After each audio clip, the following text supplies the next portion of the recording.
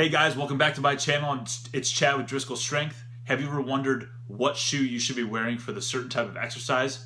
Well, I'm going to show you right here on this episode. Even better than I was the last time, baby. Ooh, ooh, ooh, We back. I'm good. Ooh, yeah. I'm good. So basically I'm going to go through my collection of what I like to wear when I work out and what works for me. Now, granted, there are some people out there, some trainers and other powerlifting athletes that have some different shoes than I do, but I'm going to show you what I like to train in. So first we're going to start off with the most, kind of like the Swiss Army knife of everything, and that is the Under Armour trainers. Now I got these shoes when I was at Maryland, and these are super durable, very comfy to walk in, but I do use these for the most part for my squatting and my deadlifting. Now I personally don't have Olympic shoes because I don't feel like I need them. I have pretty good ankle mobility down into a deadlift and into a squat that I feel like these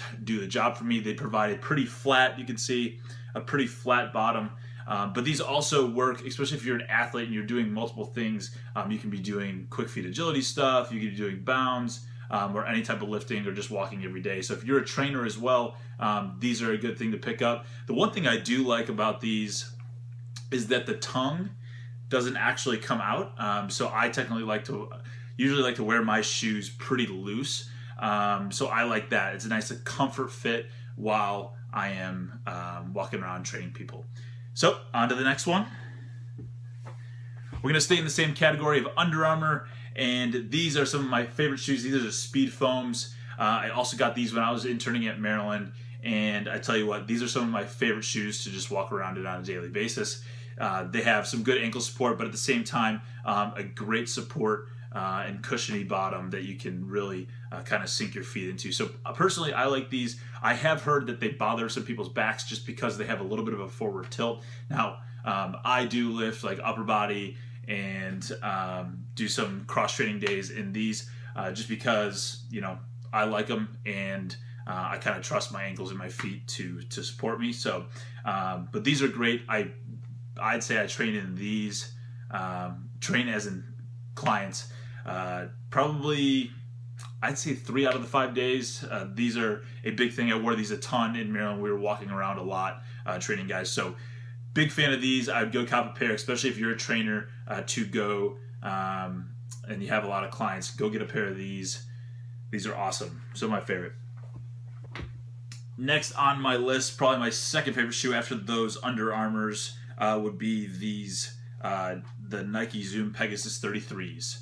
And these are fantastic to, number one, walk around in, number two, run.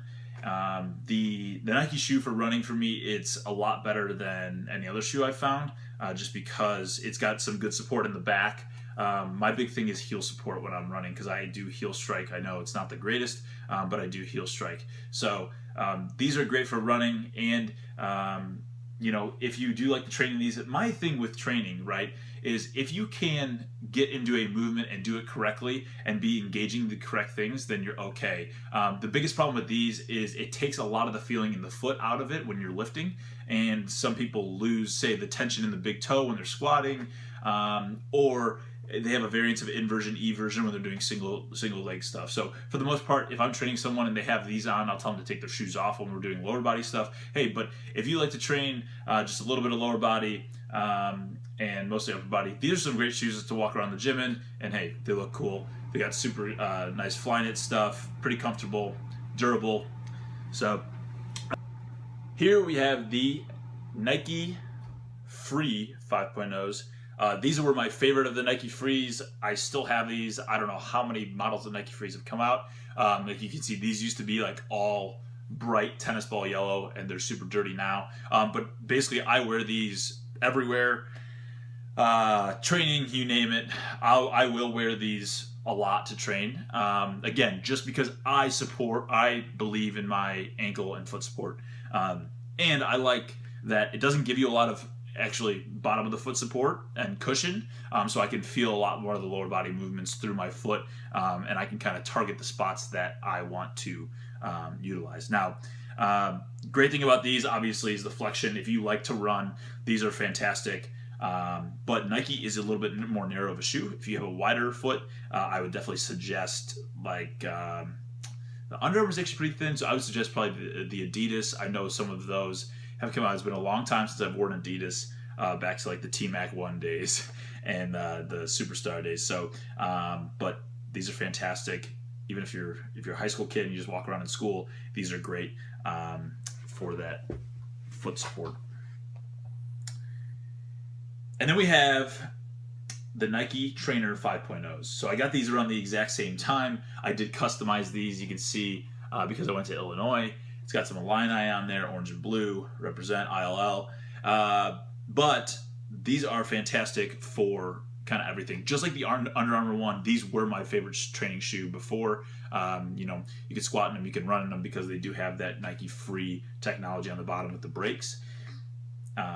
Cross training, speed training, you name it. These are a super durable shoe. You're going to get a lot more support than, say, hey, the Nike Frees that I just had. But yeah, they do the job in any sense. If you are looking for a shoe that's going to do everything because it's in your budget and you can only afford one, I'd say go get a trainer just like this. Personally, I'm not a fan of the Metcons that just came out a while ago by Nike. I think that they have great support for multiple things like squatting and stuff like that, but I do feel like their support is almost too much for, hey, your lateral side-to-side stuff, quickly moving, that kind of stuff. So, I mean, if you're doing CrossFit and things like that, where you're kind of moving in that sagittal plane a lot, hey, those shoes might be great, but I'd kind of go and train your body to have a little bit more freedom. So these are great.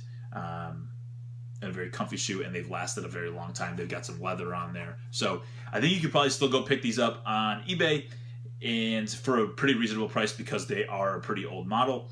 But one of my favorite Nike shoes here, definitely. Or my favorite basketball shoe to wear would easily be the Kobe's. These are the Kobe 8s. I got these a few years ago, but they can be used to work out in. So what I like about these is they do have a flat bottom, so if you are looking to lift in these, I know a ton of basketball players, especially if they play college basketball, they're lifting in these.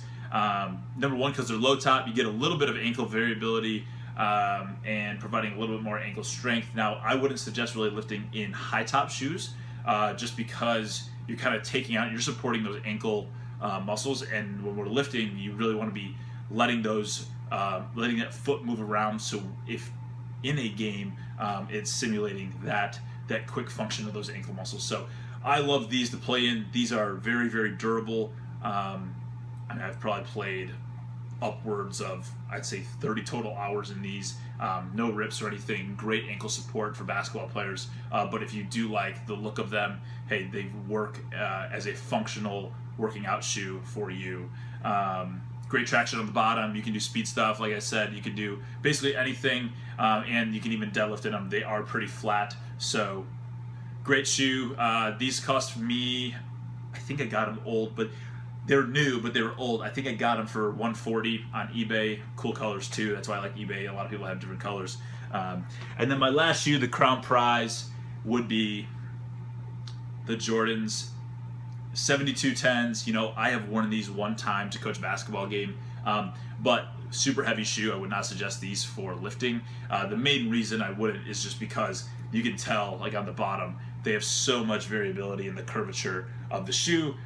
You're really looking to stabilize, and these are taking all stabilization out of it. This is basically a moon boot for your feet and a pillow for your feet. So, hey, if you want to walk around in these and be stylish, more power to you. I haven't worn these. I would love to hoop in these someday, but that is not on the schedule as of right now. So that is my wrap up for functional shoes. And just quick recap: we got the